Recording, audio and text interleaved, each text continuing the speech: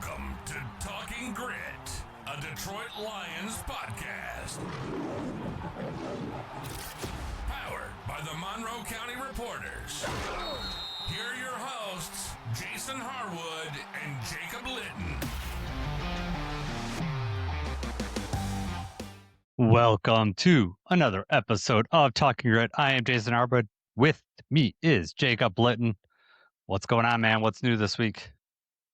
Not much, man. Watching the Michigan game, right? Michigan basketball, number one. I know. Playing number 7 Purdue. State's a basketball haven right now. Pistons number 1 in the East. Michigan number 1 overall. Loving it. Right. Just a great time for Michigan sports. It is. And you know what happens on Saturday, right? I think it's the first spring training game with the Tigers, so it's coming. We have not talked about this yet, but Verlander is back in a Detroit Tigers uniform. How awesome is that? Right. The return of JV. That's awesome. Overdue, especially with Reese being out for the year now. It's like, okay, let's run it back. It's him and Skubal and Verlander on the same pitching staff is going to be sweet. So, all right, let's move on to some Lions talk, all right? We are going to talk the Lions cap situation. And in fact, I think that the NFC North cap situation and as a whole is obviously a relevant topic for a Lions fan, but also just looking at where the other teams in our division are, it's going to force some tough roster decisions this offseason. Actually coming up soon, we'll probably see some cap casualties come up for other teams in our division. So we're going to look at that too, just to kind of see what to expect there. We'll start first with the Lions. We're $9.1 million over the cap right now. So we're not on the positive side. That means by March, I guess I didn't look what the exact date of free agency is. I think it's March 11th or March 12th. Is it March 11th? Okay. One of those days. So by that time, we have to be under the cap. So we'll talk about ways to get there. I'm not overly worried about that. There's many ways that we can get under the cap. So we're in pretty good shape there. Jacob, why don't we start talking about the Vikings first? Because they are definitely in the worst cap situation. And then after we talk about the people in our division, we'll talk about the Lions and go in depth. We'll go into depth more with the Lions than these other ones, but I think these are all relevant. So why don't you start with the Vikings? Yeah. The Lions 9 million over the cap. The Vikings 40 million over the cap.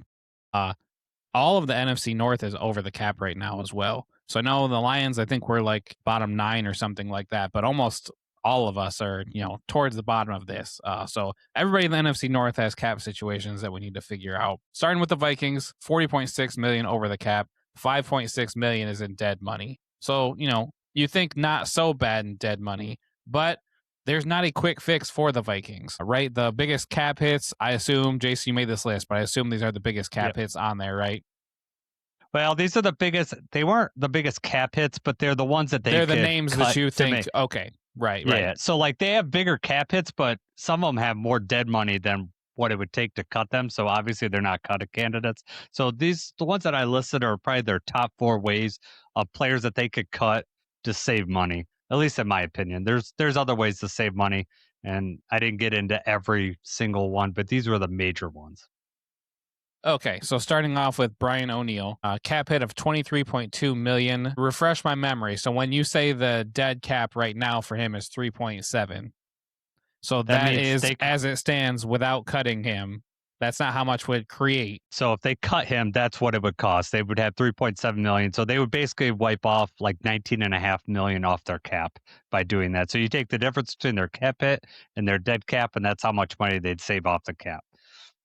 Okay. So they'd save 19.5 million by cutting him. They'd incur dead cap money, but they would take 23.2 million off their, off the cap, but then 3.7 of them would be dead. So it'd be 19.5 cap savings. And I imagine that all of these are, as it stands right now, not counting like the post June 1st cuts and stuff, right? Right. So like for example, the Brian O'Neill one, if they designated him a post June 1st cut, that 3.7 dead million could be split over 2 seasons. So you could, do 1.85 million over the course, which that's a pretty low number, but like I think there's a minimum that it has to be in order to spread them out. Is it? Okay, I guess I don't know I that, don't know but what that minimum would be, but right. I mean, what would be the purpose of spreading out the 3.7 million? right. I think that number would probably be about the same savings, but Yep.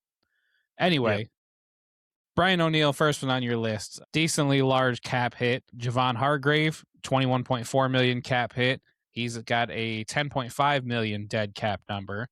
So that's only freeing up about like 10, 11 million roughly. TJ Hawkinson is going to be an interesting one as well. So Hawkinson cap hit 21.3 million, 12.4 million would be the dead cap. So that's again, around 10, less than 10. Aaron Jones, 14.8 million cap hit, 6.8 million dead cap. When you made this list and when you had these guys on there, if, I imagine you're envisioning, like if you're in charge of the Vikings right now, who's the obvious one? Or do you think, is there an easy answer for who they're going to cut? Because they are running out of time. Obviously, they have restructures. We're going to talk about Justin Jefferson here in a minute. But, Mm-hmm. Of those players, I'm not sure any of them are, not necessarily eligible, but I can't envision them wanting to restructure any of these guys. And I don't know Yeah, that I don't that's know not if going they're to going to solve the problem. restructure, but I mean, we started out by saying they're 40.6 million over, so they have a lot of roster movements to do. And when you talk about Brian O'Neill, you're saving almost 20 million. That's half the cap money right there. If you cut Brian O'Neill, you'd save like half your cap hit right there. You're letting go on an offensive lineman, a good one at that. So that's a risky situation. TJ Hawkinson, now you could let him go, save 9 million in cap. Now, if you split the 12.4 over 2 years, then your cap hits like 6 million this year, 6 million next year. But the 40.6, they have to get under that cap hit before March 3rd. March 13th or whatever date we decided. So if you designate them post June 1st, then that cap savings doesn't happen right away as far as I know, because technically you're not cutting them till June 1st. So that's they'll have to figure that out. I actually don't know exactly how that would work either. Does that just tie up that money? Like you can't use that for free agents, but it doesn't count against the cap until June 1st? Or, what kind of a get out of jail N- free card are they looking at there? Yeah, so you had to be under the cap by then. So like if you're designating someone to post June 1st cut, I don't think they're actually cut till June 1st. So I then think that's how that works. right. So that would count against your cap still, right? It would So count that's why against your for cap, yeah. the purpose of what we're talking about with these players, like this, it's not an Yeah. option to spread out this dead cap and do the post June 1st thing. Now, That's correct. you could trade them, right? I don't know how much the dead cap goes on. I guess that would depend on the trade The language. dead cap goes on right. You incur that right as the trade hits, but I don't think you could do a trade until after the league year starts. So I don't know if you can, like, if you're going to trade them. I don't think that they still have to get under the 40.6 before the league year hits, or Right. there's a penalty. So I don't think trading's really an option for these guys. No. So the other option that they could do, and I guarantee that they're going to do, is they're going to restructure Justin Jefferson. So his cap hit this year is 38.9 million. He has a base salary of 24.9, which they could basically convert that. They could convert that into a signing bonus, or some sort of bonus, and then they could spread that over the remaining years of the contract. They're still going to pay for him. It's just going to raise his contract in the following years. So, like, for instance, next year his cap hit's already 43.4 million. So if they spread that out, it's going to go up. Like, you're talking 50 million cap hit next year, which obviously isn't going to work. So they're going to have to do another restructure. Another thing that they only have one void year on Justin Jefferson's. I think you're allowed up to 5. So you could spread that cap hit like over 4 additional years, essentially, after the contract hits, and to make that cap hit even smaller. But I guarantee they're going to do something with Justin Jefferson's contract, because 40 million, and then, like I said, they need to space out 40.6.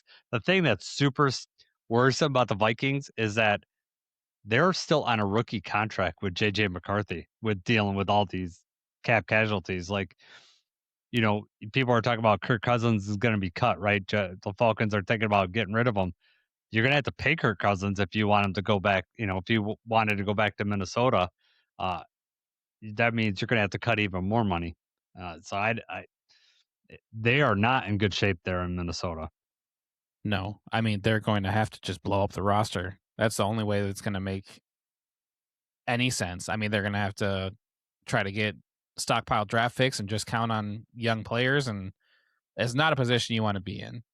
You already talked No. about, I don't know, was that before we went live where you said that's why their GM is gone?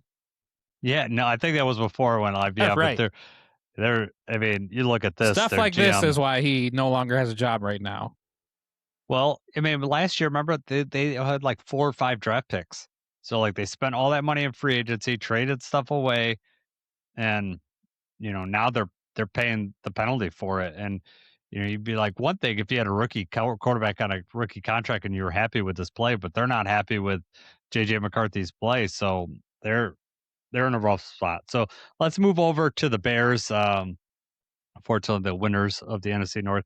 The Bears are Yuck. 10.7 million over the cap. They only have a $500,000 in dead cap money. But again, they're on a quarterback. They're a team with a rookie quarterback contract, and so they're going to have they'll have to make some moves. But eventually, in the future here, they're going to pay Caleb Williams his money, and they're going to have to face a roster crunch. So I'm liking to see what position they're already in, and Ryan Poles has, got that extension. So he's going to have to come up with some magic here. A player that I think they're going to cut or they're going to have to do something is Montez Sweat. $25 million cap hit, 18.1 million dead caps. That's 17 million. I think that they might do something with him. The other choice that they could do something with is Tremaine Edmonds, and they could save a ton of cap space by cutting him. $17.4 million cap hit. They only incur 2.4 dead million in dead cap space, so they could gain like $15 million just by cutting Tremaine Edmonds. He's had some health issues lately, so he's definitely a cut candidate. Who are the other 2 players that I got on my list here? Other 2 that we have on the list, Cole Kmet, 11.6 million cap hit and only 3.2 million in dead cap. He's also a very hot trade candidate that people are talking about right now. So, I mean, there's a possibility that they try to hold on to him to try to get some more draft capital out of him. But then, well known with Lions fans, DeAndre Swift.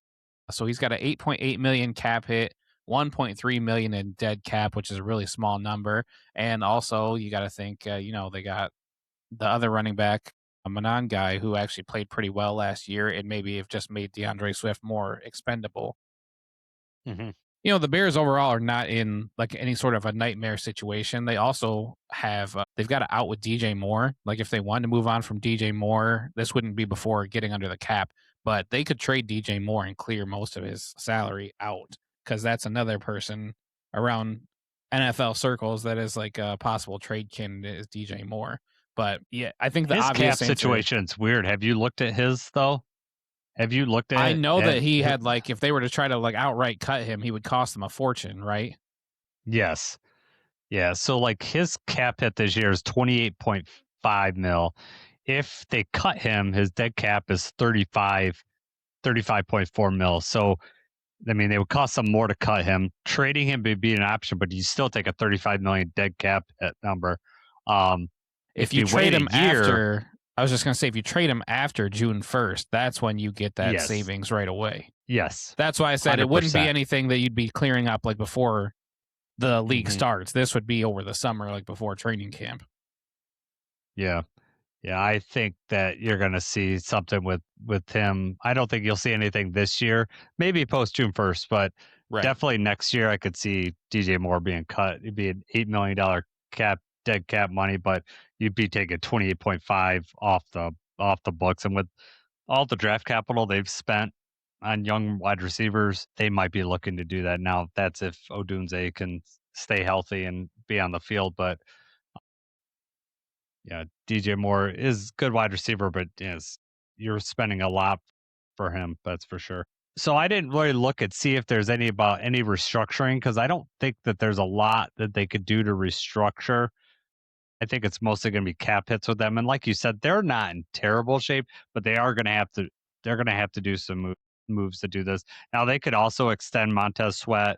instead of cutting him and spread out some cap money, and there's ways to do that. So I would expect them to do that. However, they're spending a lot like on their offensive line. Like Jonah Jackson's costing them 19.5 million. Joe Tooney's costing them 21.5.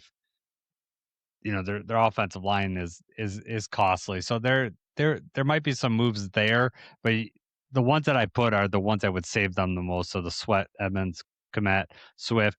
Cole Komet is, because of Colson Loveland, you could see them moving on for Komet and saving, 8 million in cap space if they can't trade him.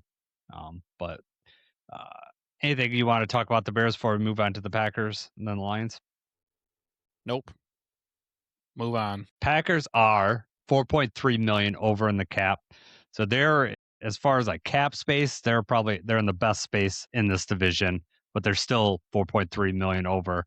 However, they have $17.1 million in dead cap space this year. They're paying Jordan Love a ton of money. Willis is a free agent, so he's going to be gone because I just don't see how they're going to. Malik Willis is going to command some major bucks on the free agent market because I think that he might be vying for a starting job. So he's not going to come back to the Packers and play for the contract that he played for last year. So two cuts that I saw that they could possibly make would be Rashawn Gary, but I don't even know. It's a 28 million cap hit. He has 17 million in dead cap space. I don't think they're going to cut him for an 11 million savings, even though they get 11 million. I just don't see that happening, especially with Micah Parsons being injured.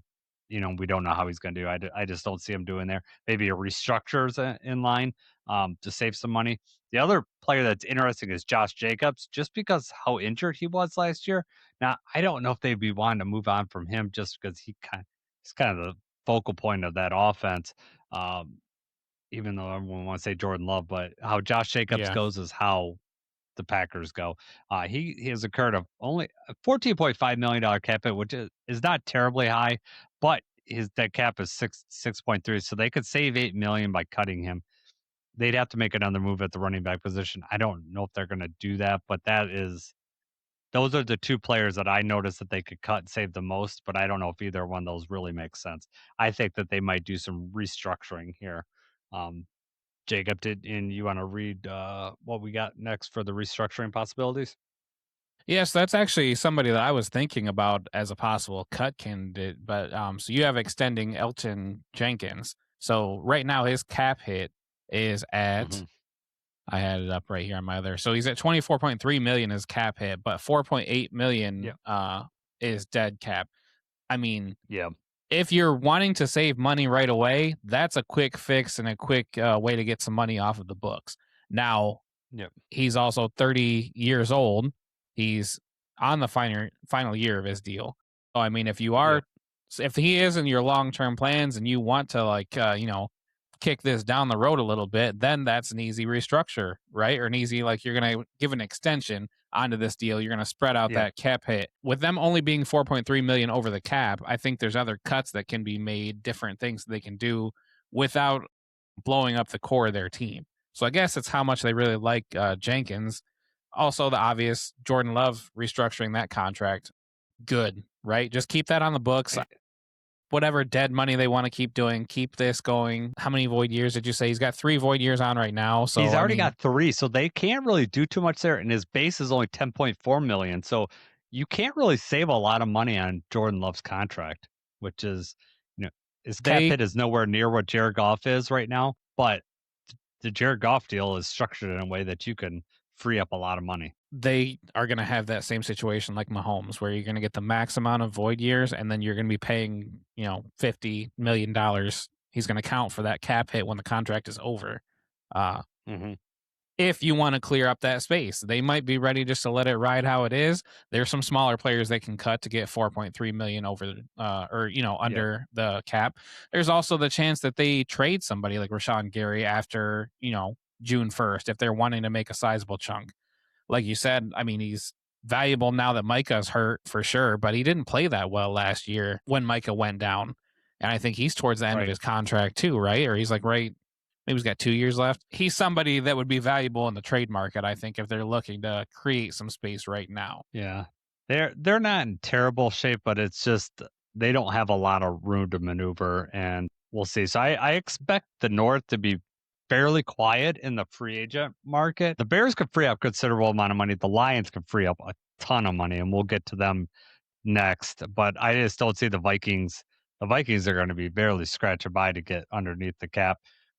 The Packers are in an interesting situation because of the Micah Parsons injury. Like that really, they really hurt themselves by, signing him and then, obviously they don't know he's going to tear his ACL, but that puts them in a rough spot because you got to keep Rashawn Gary that until you know how Micah's going to do, if you want to have any sort of pass rush at all. And they lost their defensive coordinator and, Gannon comes in, Gannon, obviously Super Bowl winning defensive coordinator. So, I mean, he's got that on his resume, but he's got to come in and show it here in Green Bay.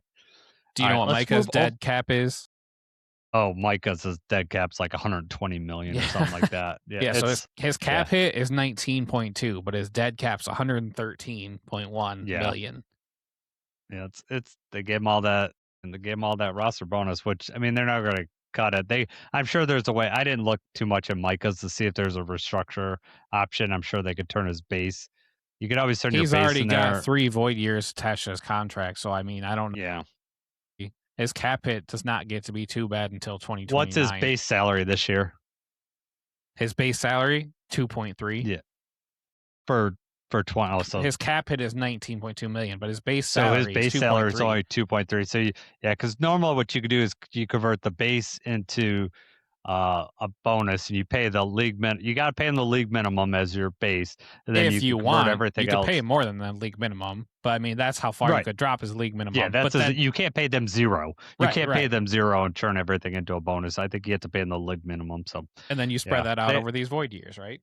Or every the current remaining years of the contract plus the void years, so you can't spread it out. But it's the 2 point. I mean, they're not going to do it for 2 point whatever million. That's salary's insane. Yeah. All right. So let's just so everyone's on the same page. Let's talk about the top 10 cap hits on the Lions roster right now. There's going to be between now and the start of free agents, this list is going to change because they're going to obviously have to restructure because Jared Goff starts off with a huge $1 million cap hit. We're not going to be going into the season with Jared Goff counting that much on the cap. The good news is that he only has 1 void year on his contract. They'll be able to spread that out. So we'll talk about that in a little bit. But right now, I just want to quickly go through the top 10. Amon-Ra is counting $33.1 million on our cap. Ali McNeil's next with 28.9. Penei Sewell is counting $28 million on the cap this year. Taylor Decker, which is an interesting one, right? Maybe going to retire, maybe not. $21 million on the cap this year. DJ Reed, 17.8. Aiden Hutchinson, 10.1 before his extension kicks in next year, and that cap hit will go way up. Derek Barnes is actually number 8 with 9.7 million. Graham Glasgow is 8.4, so he's in top 10, Jacob. And Dave Montgomery is at number 10 with 8.3 million. So, JMO's outside the top 10. Sam Laporta's outside the top 10. Branch and Gibbs are all outside the top 10. So, my question to you, Jacob, is who are your possible cap casualties that you could see for the Lions this year? There's only 2 names on that list that I think are possible casualties, and they're both on the offensive line. Okay. And that would be Taylor Decker and Graham Glasgow. Now, Graham, you'd save, I think, $5.5 million by cutting him right now. So that's over half the amount that we need. Plus the restructure for Jared Goff, would get us under the cap. We also hope to be kind of active in free agency. You're trying to do something in free agency to clear up a little bit more space.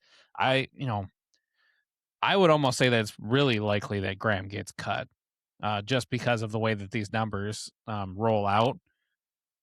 At the same time, when you look at Taylor Decker, he was hurt all year, right?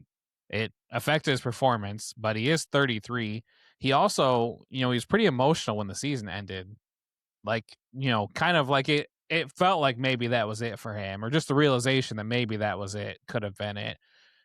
Frank leaving last year left us in a bad spot, but if Decker's going to retire and decides to retire early on, would free up cap space for us, right? And it would that would solve the problem. He'd create $11.6 million in savings if we do that right now. Right. And that's also something that if we restructure Goff, and we could restructure and get underneath the salary cap, and then the Decker stuff could happen later. Because then you create more space with Decker if it's a post June 1st cut, or, if this happens later. But you also, Taylor Decker is due a 1.5 million roster bonus that is on March 15th. So if he's on the roster March 15th, that's 1.5 million tied up right there. So that's, not a large amount, but not a small amount. And when we're kind of playing, trying to fit the piece of the puzzle together, I mean, if you're Brad Holmes and Dan Campbell, do you nudge him one way or the other? Do you say, hey, I mean, it's a tough spot to be in. Well, you'd want to know before you pay him that bonus whether he's going to come back or not. I mean, that's got to be ideally right. But I mean, 1.5. if he's dancing around like Frank did, and which he could 100% actually be like, man, I'm on the fence. I don't know. Yeah. I don't think Taylor's going to do that. I think I don't think Frank had that roster bonus thing where that was going to affect the team. I'm not sure. My hope is that Taylor comes back this year. We don't have the answer at tackle, but if he's not coming back, I'd rather know now. Like, we need to know now so that we can maybe do something either in free agency, and we'll know what we got to do with this money. So, if he retires this year, his dead cap would be 9.4. If we designated after June 1st, we could spread that over 2 years. So, it'd be 4.7 this year and 4.7 next year, or you could take it all this year. If he plays this year, I would expect the Lions to probably cut or restructure him if he decides to play 2027, because next year's cap is 24.1 million, and he has a $6.2 million dead cap. So he'd save 18 million off the cap next year. And but we need to plan now whether we're going to have Taylor back next year or this. If he plays this year, we're going to need to plan ahead and have a contingency in place, because I don't think Manu is the answer. I don't think you want to go into the offseason saying that. Now, if that works out and he improves, great. It gives us another tackle, but I don't trust Manu enough to say that's going to be the answer. I think that experiment is about over. I think that we need to be looking for a tackle in round 1 if this Taylor stuff doesn't pan out, or if that's how he's feeling.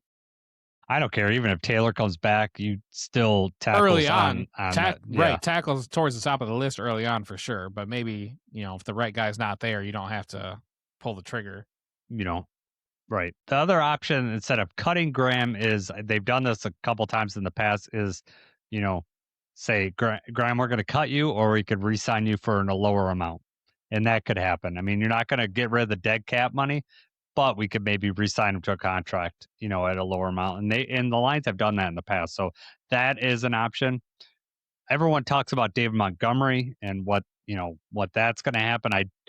I think that we're just going to go into the season with David Montgomery. I don't think that the Lions really want to move on from him. The only thing that could push that is if David Montgomery's like, I can go somewhere else and get touches, and I want to do that now. I could see them maybe appeasing David Montgomery, but that would be in a trade. I don't think we'd just cut him. We're going to get something for him. But his cap hit, like I said, is 8.3 million dead cap space. So you're saving like 3.5 million. He has an 8.3 million cap hit for next year too, and then his cap hit in 2028 is 10.2 million. So it goes up, but I just don't see them moving on from David Montgomery this year. And with bringing Petzing in and everything, I want him on our team. So I don't think that that's the answer to our solution. Those are the only cuts that I saw, are those maybe, and the only thing I'd add in there is Kirby Joseph, right? Because we don't know what's like his injury. Like, if it doesn't allow him to play, what would happen?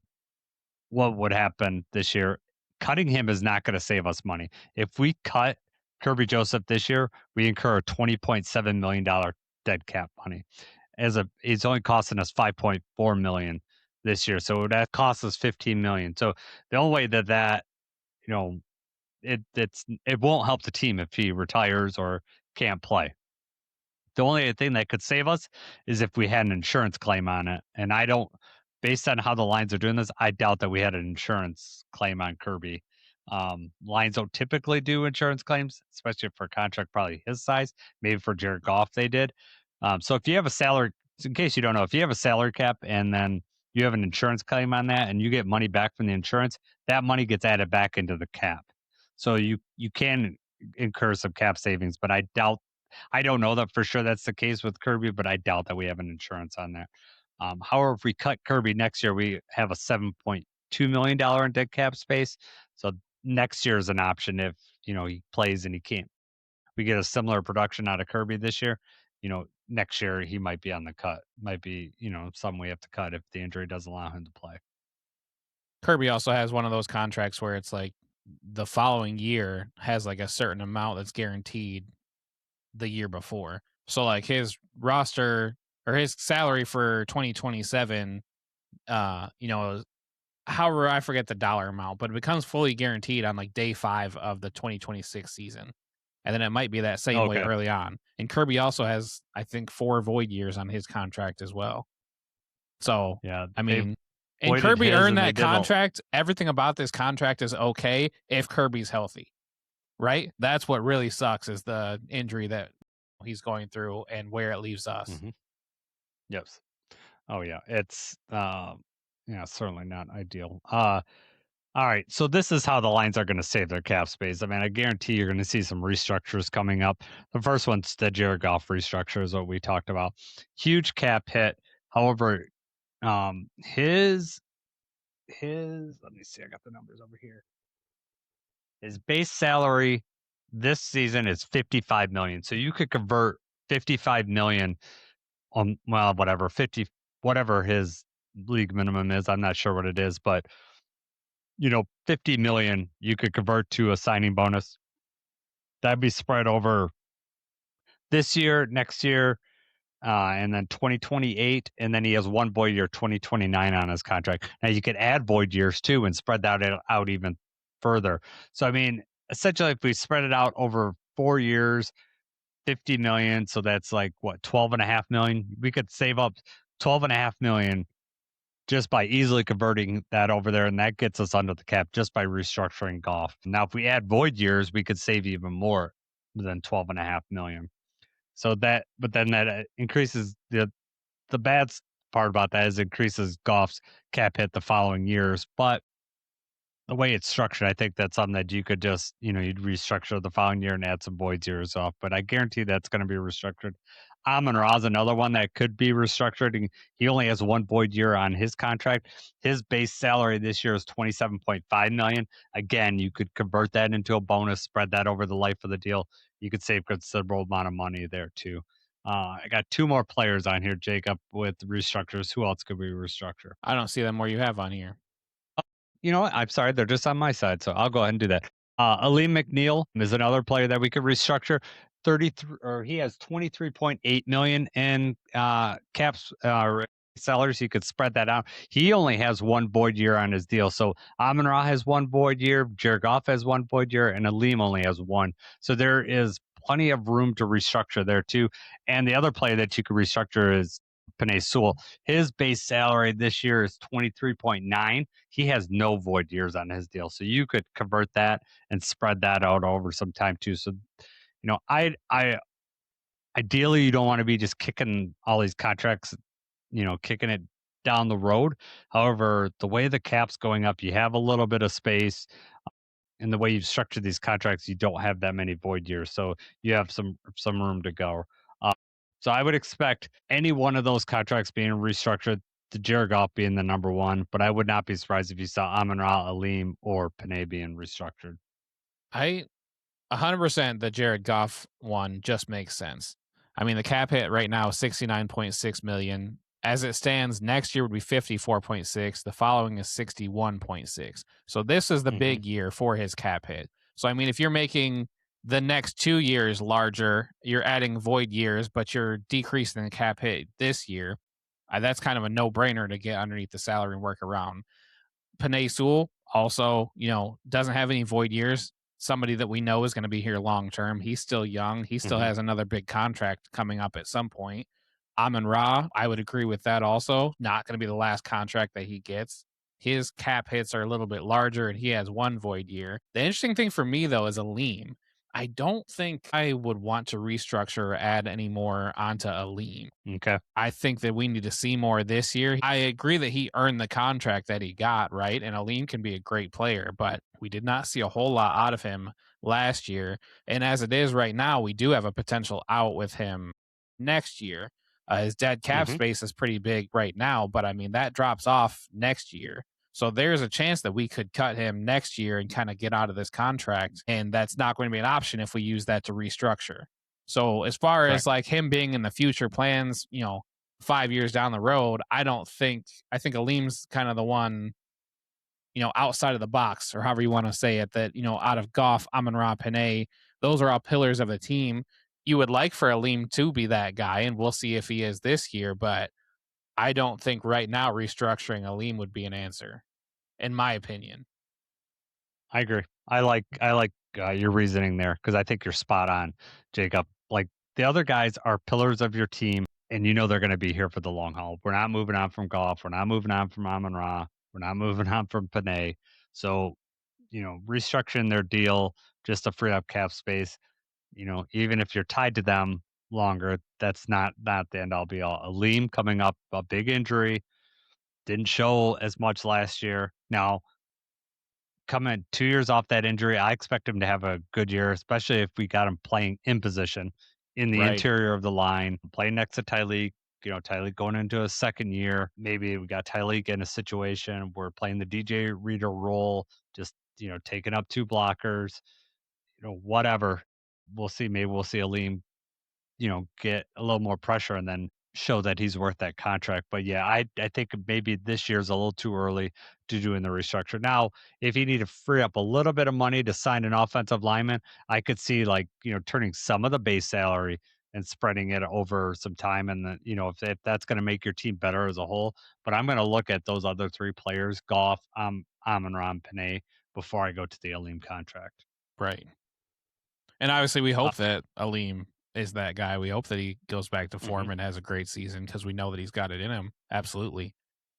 Yep. Probably in a future episode we'll talk about each of the you know where our holes are going to be because we're going to need to we have I talked about we're not whatever 9 million over in or cap space, but we have some holes on this team. We're going to be short in linebackers, short in the secondaries, and we got to sign those players. So we're not only are we worried about some free agent maybe offensive linemen to get in here, we're going to have to re-sign some of our guys like Rock and Amik and those type players are going to take some money too. So that's it's not just a matter of getting underneath the cap. Now that's the first step is to get underneath the cap, but the second step is to free up money to sign your own players and sign any new players that you need to add to this team. So Jacob and I just kind of wanted to go through, we just thought it was, going into free agency, I think that this is information that everyone needs to know. And then also when you see that these contracts are restructuring, so now you know why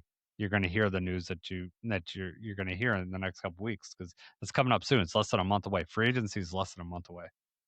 Right. All right. Jacob and I wanted to talk about this because I want to know his feelings on it. So Bradley Chubb and Tyreek are some big names that have been cut already.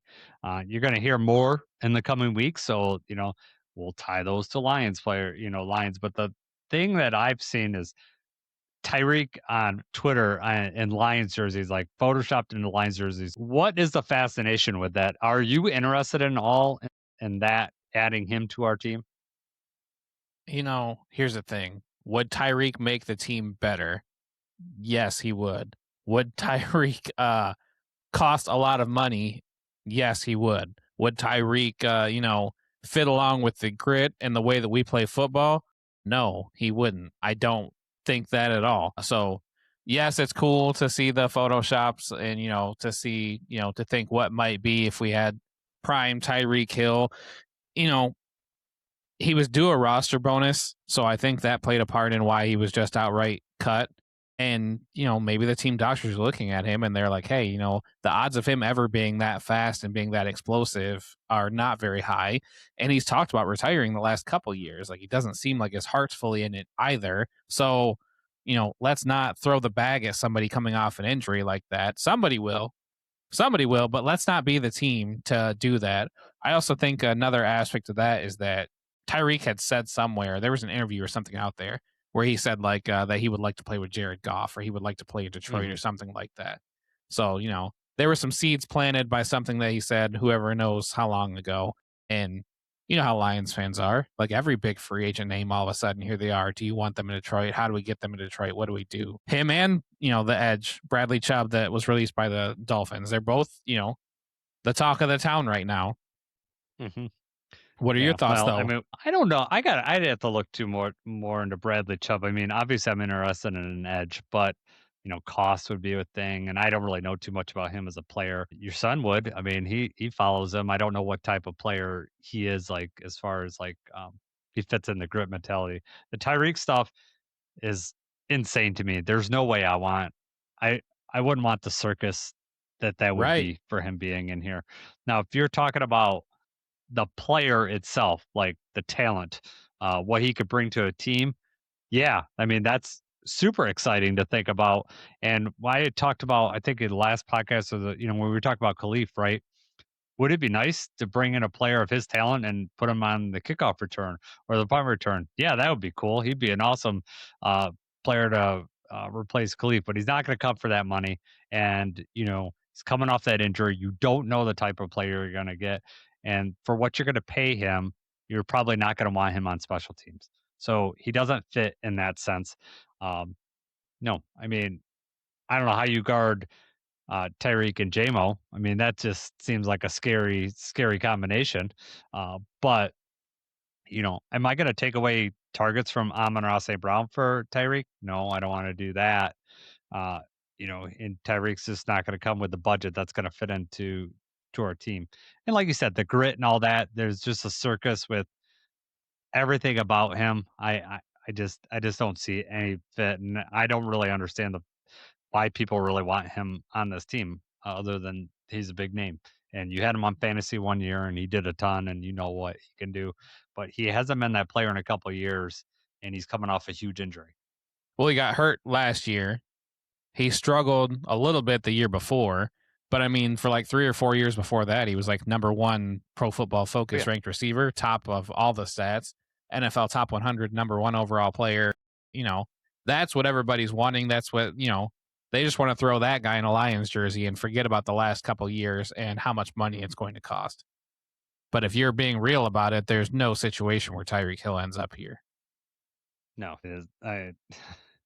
Yeah, I not someone that's going to bet the house on anything, but I'd almost bet the house that he is not in a Honolulu blue jersey coming in this fall. But if you want him on this team, I guess I'd have to hear your argument, but I just couldn't. I just can't picture it at all.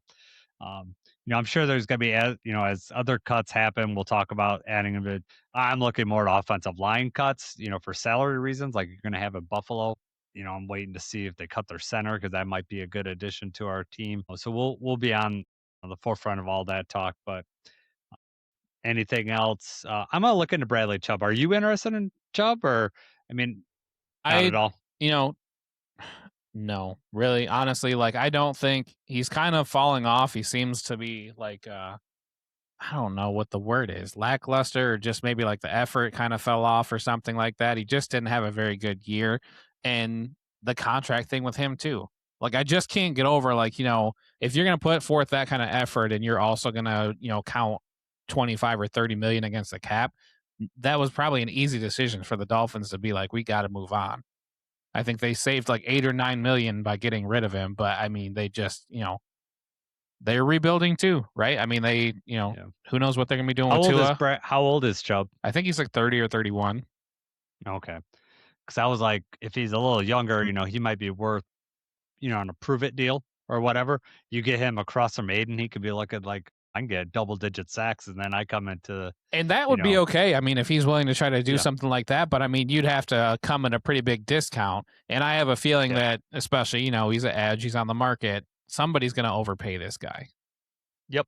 Yeah, and they always do with that. But you're hoping at some point you're going to get one of these guys that that you could get on a prove it deal, and then they look at the lines as a chance to to go further. Super Bowl credible team. We'll see how that goes. I know we were fourth place last year, so it's kind of like, oh, are we really in the Super Bowl window? I do believe that we are. So, uh, but we'll talk about that a little later on. The last thing that we're going to talk about is, and this will be a short segment, I'm sure.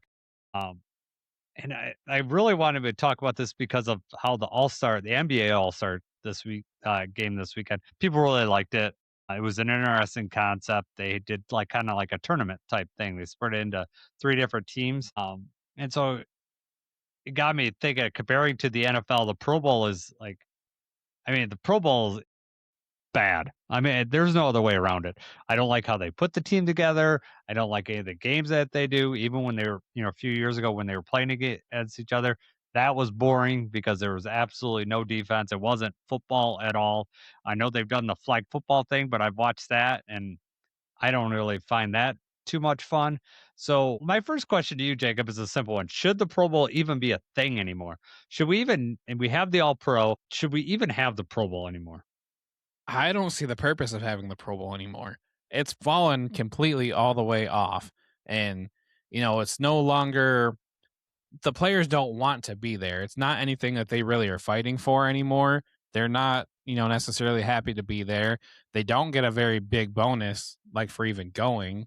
I don't know what the dollar amount is right now, but I think it's like, 50,000 or something like that. It's not, to them, it's not a lot of money. And I don't know, like you just brought up, NBA All-Star Weekend is the best one for me. And there's no way to do anything like that with the Pro Bowl. I mean, there's just not. I mean, they can make these different events. Like the dodgeball thing is kind of cool. I still saw like, they can do the quarterback, the accuracy contest and the deepest they didn't pass. even do that like, this year. They didn't do any of the skills competitions this year. But the thing is, even when they do those, it's not like highly televised. Like I find those things on like Twitter as they're happening. Like I didn't even realize it was happening right now. Like it's almost just so much of an afterthought. If they were to do like a fastest man contest, they could do like a 3-on-3 basketball, just like other competitive things would be a way for the players to at least care a little bit more. But at the same time, they want the viewers. They want the fans to be involved. They want the viewers ratings. I don't think that not everyone's going to be turning on a 3-on-3 basketball tournament, the same as not everyone's going to be turning on dodgeball. It's kind of fun to watch, but it's not like, oh, I can't believe I missed the dodgeball game. You don't really care. In the NBA All-Star Weekend, like I watch that every year with my boys. We watch the 3-point. It's funny though. It's funny, but it's not. So it's funny because in the years past, the dunk contest is always the last and it's always at like midnight. So like Milo's usually asleep for the dunk contest. And I worked this year and I didn't realize until I was at work and got the notification that they had even bumped up the time. So NBA All-Star Weekend always starts at 8:00. Well, it started at 5:00 this year. And I'm at work, so I missed the 3-point. I missed most of the dunk and everything. It was over by like 9 p.m., which sucked this year. But anyway, that's just something that people look forward to. The players look forward to it. Even players that aren't in the All-Star game go to watch. And they're like downtown. It's a good environment. Like everything about it is awesome for the NBA. It's the complete opposite for the NFL. And I just don't think that there is a right answer or a way to fix it. Yeah, I was racking my brain when like we had the question is like, what do you do to make it relevant? I don't know that you can. I really don't because like the NFL fastest man, they used to do that, and I would love to see that. Like if you had prime, Gibbs going against J-Mo going against Tyreek, DK Metcalf in there. I mean, you take the fastest guys in the NFL and you put them in a race. I'd love to see that, but then you would hate to have someone, tear a hamstring or something like that. Right. So, you run the risk of that, you mentioned the 3-on-3 basketball. Yeah, would that be fun to watch? But it's not football. You want to watch these guys in a football setting. I love, what I picture is like, if you want to do skill stuff, like the Madden skills competition, you ever see those where you basically have like kind of like Oklahoma drills? I mean, like stuff like that would be fun to watch because I love They watching still get that in hurt, training though. camp. Yeah, exactly. And so like you're not going to have the effort there. That's one thing that made the games and the NBA games on Sundays so fun to watch is that there was effort. Like they cared about the result, like they wanted to win. You And so didn't that really watch NBA when you were having All-Star games where it was like everyone scored 200 points and it was East versus West. It was like Yes. you were watching a pickup game at the gym with obviously much It better wasn't level even like basketball. that. Yeah. It was like high flying dunks. I just saw like no defense at all, which like you could say in a regular NBA game, there's not a ton of defense outside of like certain teams, like Pistons being one of them. They definitely play defense. Oklahoma City Thunder, they play defense, but outside that, it's not a lot of defense going on. But I watched the games on Sunday, and the players cared. And so, what could you do to make the NFL players care? I don't know if you can. Not to get everybody to care, and it won't be a regular game. You're not going to get offensive linemen in there, putting their body at risk because, they're just, slamming into each other in a game that doesn't matter. It's like, preseason games are even more exciting than the Pro Bowl game to me because people are fighting to make the team. Like there is a reason that we're playing this game. Now the outcome doesn't matter, but at the same time, there's stuff on the line. Whereas Pro Bowl, it's not. And I just don't want to. I don't even, like you said, I don't even want to see it. So and picking the Pro Bowl, picking the Pro Bowl players is so stupid. Like Shadur Sanders making the Pro Bowl, dumb. That's just because, like you said, they don't get paid enough to even waste their time going down there. So everyone said no, and that's how they got to Shadur Sanders. And Shadur Sanders is like, yeah, I'll go, because now he could say he's a Pro Bowl player.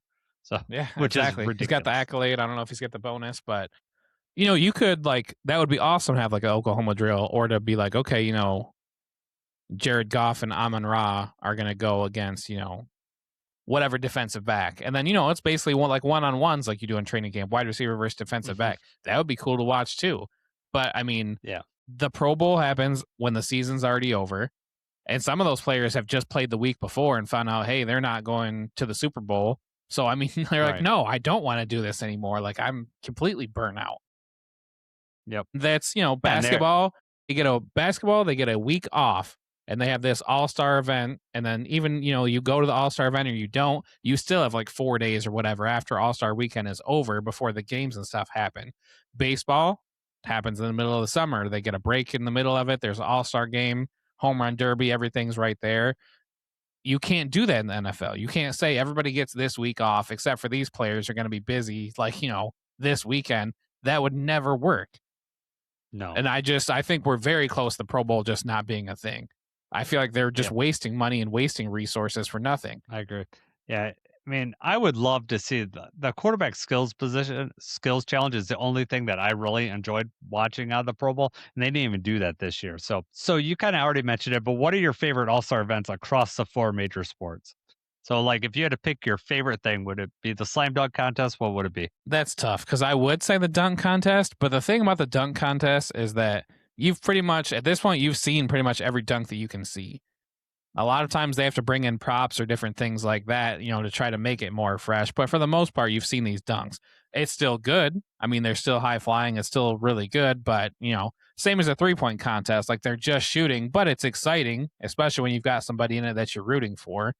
Home run derby, I think, is good too. I mean, I guess I can't really pick a favorite, but those are my top 3. What about you, though? I think with my boys, the home run derby, I think most of it because we know more of those players than we do basketball because we follow baseball more closely than we do basketball outside of the Pistons. I like the 3-point contest more than the slam dunk contest because, like you said, that kind of gets stale, and it's hard to come up with some new dunks. It really is. I mean, occasionally you're going to get something like, man, that's insane, or somebody even pulls off a dunk you've seen before, but it's so hard to do, and especially if they do it on the first try. That's exciting. This year's slam dunk contest, not exciting at all. It was pretty lame. Yeah. We were out bowling with my boys, but they had it like on the TV right by where we were bowling, and we watched it there, and there was nothing that we really, went crazy about. But home run derby, the way they do it now is pretty. I like it. It's pretty. They keep it fast. Like they have that 3-minute clock. It doesn't drag. When they used to I do still the think outs, sometimes it's too long, but yeah, I think you're right. They're trying to make it better. it keeps it more and pace. I mean, the thing that would be more exciting is if we had a Tigers player in one of those home run derbies, and we haven't had Remember that in a Brandon while. Inge? Yeah. How could you forget? Yeah. I mean, even Cabrera, Cabrera was in it, the one that was in at Comerica Park. I don't think, I don't know how far he I actually got. don't remember that. The home run derby at Comerica Park, or you don't remember Cabrera being in it? I don't remember Cabrera being in it. Oh, okay. Yeah, I'm pretty sure because it 2006 was and the home. 2010. So 2006 he was in it Okay, when he was with the Marlins, and then 2010 was when he was with the Tigers. with the Tigers, yeah. Um, so I like that. I don't really follow hockey enough. I know that they used to do a skills thing where they would have targets on the goal, but I don't really watch anything in the hockey one, so I can't speak to that. Yeah, football is it's over, man. I cannot find a way to make it relevant other than just having the quarterback competition. That's the only thing that I care about. Right. And that's just not enough. There's just no good way to save it. I mean, No, you would have to just tie it in like because I was thinking about if they made it more about the fans and made the Pro Bowl event more like they did the draft. But I mean, for the Pro Bowl to be when it is, you couldn't really, it'd be harder to do it in like Detroit and places where the weather is going to be bad.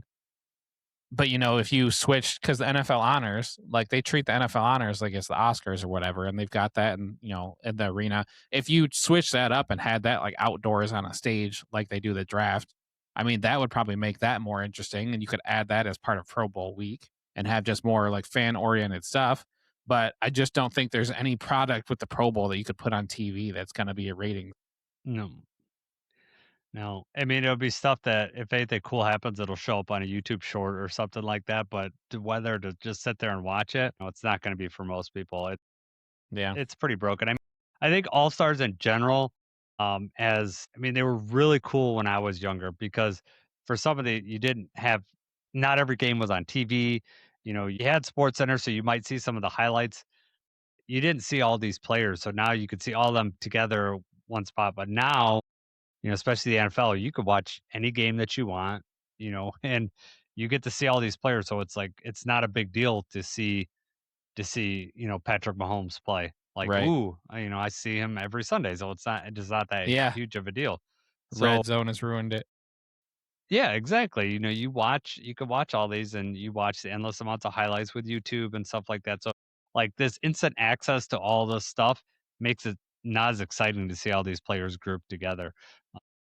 Even the All-Star game, like baseball, they tried to make it mean something when the winning league got home field advantage in the World Series. And I didn't like that at all. I didn't like that have a real consequence on that. I mean, I get what they were trying to do, but also I didn't want that tied to an all-star game. Like, I don't know. What'd you think about that? I mean, I thought it was kind of cool. It was You cool liked that it? it felt like there was more on the line, but I mean, Yeah. I don't think it's necessary for there to be more on the line for that kind of a game. And I You think know, baseball I as it is, like, I mean, baseball is baseball. Like they're trying to hit the ball, they're trying to get them out. They're not, the pitchers are not out there throwing 60 mph just letting them crank home runs. That's not what they're doing. They're playing the game. 100%. And that's what I think about baseball is kind of nice about that because like there's a point of pride there, right? That pitcher's against the batter, and they don't want that pitcher doesn't want to be lit up just like the hitter doesn't want to be struck out by a pitcher, There's the competition, the pride to compete, and that's what I saw at the NBA game.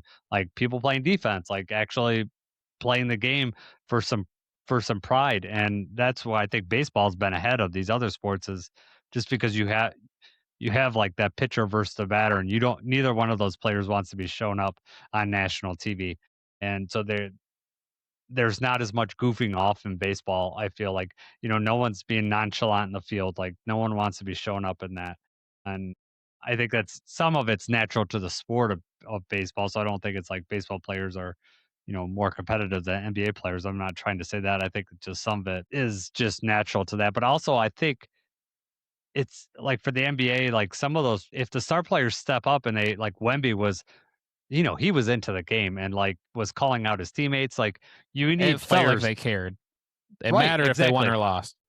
Right. Like if Jordan was on, back in the day, if Jordan was on your All Star, you're not going to let him down. Like if he's going to get on you, you're not going to let Jordan down.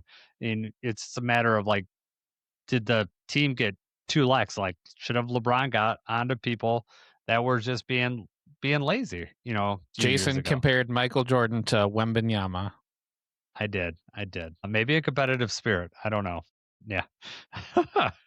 No, Jordan is the best player in NBA history as far as I'm concerned. Just unbelievable player. As much as I hate to say it, and I think Kobe is right up there. I think Kobe's better than LeBron in my opinion, but that's I don't know.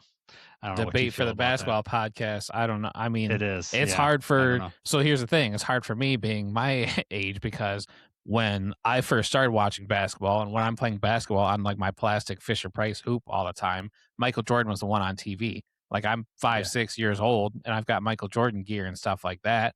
Before it was like, okay, yeah, like 100% I'm all about the Pistons. And then it was like, oh wait, actually I hate the Bulls. Like forget this team. And then the history and stuff as it goes on. But that's just hard. And then so LeBron, I think, was drafted in was that 2002, 2000? It was 2003. How did I forget? That was the Darko year. So pretty much my entire life, LeBron's been like the pinnacle of the NBA. So Yep. Pros and cons for everybody. I think LeBron gets more hate than MJ or Kobe do, but it's hard for me to say. It's different eras of basketball. It is. LeBron did it at a higher level for longer than Michael Jordan did, though. And there's a lot of hate that Michael Jordan gets for other things, and like the whole when he quit to play baseball and then he came back and he quit. Okay. Exactly, right. I know. I think the inside story. Right. See, there's nothing like that tainting LeBron other than like the flopping and the complaining, but yeah, he is I mean, Jordan would do that too. I don't think it's to the extent that LeBron does though. His whining gets like crazy on my nerves. I don't like that, but I don't know. Kobe to me was an unbelievable player, and so I don't know. I guess I didn't watch enough at that time to compare the both, but Jordan will be number one to me. I grew up and he was unbelievable. He's one of those guys, and if they didn't change the rules, the Pistons would have beat him, but they had to change the rules, put the Jordan rules in. All right, man. We'll wrap things up here.